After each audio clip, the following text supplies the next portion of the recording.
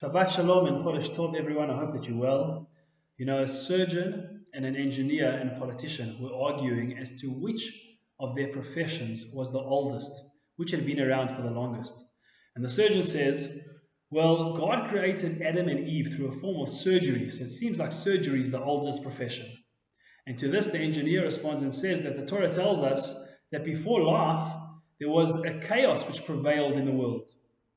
And it took some engineering skills to create a semblance of order out of the chaos. So it seems like, in fact, engineering is the oldest profession. And to this, the politician laughs and says, excuse me, who do you think created all the chaos? So it seems like we are living through quite a chaotic stage at the moment. I think credit to our politicians and our president who are leading with wisdom and with strength. But many of us feel like we're in a state of chaos, and it's important to remain positive and to remain optimistic. And today is a cause and a reason for optimism. It's Rosh Chodesh, it's the beginning of a new month. Today and tomorrow usher in the new month of Iyar. And there's a beautiful prayer that we recite in Musaf today and tomorrow. And I pray that this prayer will be fulfilled for each of us, where we turn to our God and God of our fathers and ask Him to bless us this month for goodness and for blessing, for happiness and for rejoicing, for deliverance and consolation, for livelihood and sustenance, for a good life and for peace, for forgiveness and pardon, and for this month to signify an end and a conclusion of all our sorrows, and to be a start and a beginning for the redemption of all our souls. Amen. It's the month of Iyar, and the word Iyar is spelled with 4 Hebrew letters, Aleph, Yud, Yud, and Resh, and those letters can be an acronym for the verse which says, Ani Hashem Rofecha, I am the Lord, your healer. God is our healer. Our fate, our health, our safety lies in the hands of Hashem. And we're in good hands. Many of us are wondering, how long is this lockdown going to last? How long are we going to feel the effects of this pandemic? And it seems to be getting clearer and clearer that it's going to last longer than we originally expected. But ultimately, Hashem is in control. And God can remove this as quickly, if not quicker, than He brought it, if that's His wish. So I think there are 3 things for us to focus on in the absence of the knowledge of how long this will last. Number 1, and most importantly, is to take care of yourself. Remain healthy, remain vigilant, remain safe. Nothing is as important and sacred as human life and your health.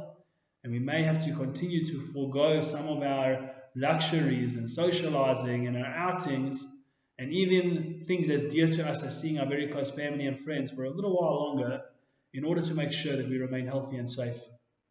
I think what's also important is to try and find meaning and purpose and peace in the current state. We don't know how long it's going to last for.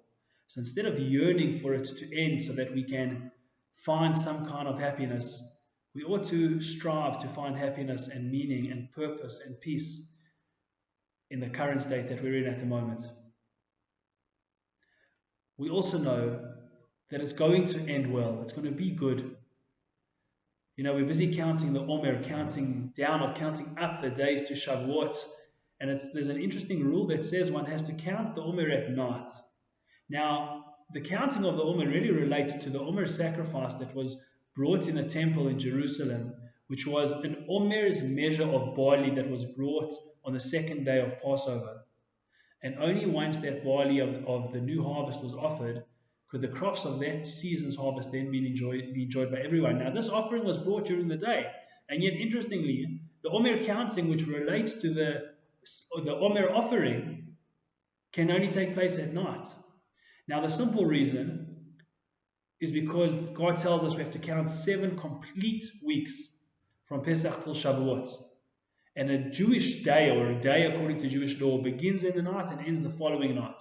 So in order for those days and weeks to be complete, they need to begin and end at night. Otherwise, we're missing parts of the day. But there's a deeper reason. Because why is it that according to Judaism, the day follows the night? Because night and darkness represent the adversary, the challenges, the difficulties in our life. And we need to remember and never forget that no matter the difficulties, day will follow. The sun might have set, we might be going through an era or a stage of darkness, and might feel difficult and painful, and we don't see the end in sight. But one thing we know is the sun will rise tomorrow. It's going to be good. There is light at the end of this tunnel. We might go through tough times, but it's always going to end well. As the famous saying goes, In the end, it will be good. And if it's not good, then it's not yet the end. Shabbat Shalom and Chodesh Tov.